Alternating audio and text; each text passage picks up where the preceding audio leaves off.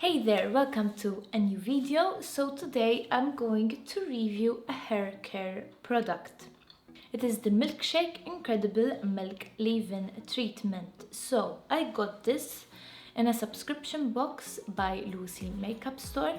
I always mention the subscription box. I only got one box and it had so many products in it. So that is only one box that I'm speaking about. So this is the MILKSHAKE.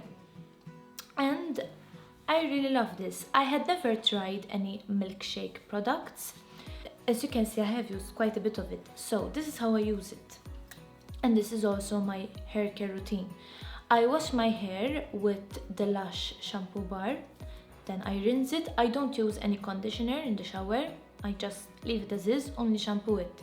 Then I go out, I towel dry my hair, and then I put in a leave-in conditioner, and this is the current one that I am using, and then I brush out my hair. That is all that I do, and this is really great. It makes my hair really soft. And after shampoo, after shampooing your hair, I have a lot of tangles, and it would be impossible to brush out my hair without doing a leave-in conditioner, and this does the job perfectly. Also, the smell is incredible. As you may have noticed, I love smelling stuff. I love good smelling stuff. I don't see a lot. I have glasses. I have quite a thick lens, but what I have missing from my eyes was added to my nose. So yes, something about me. So I smell a lot, and good smelling products, I love them. Give me everything that has a nice smell.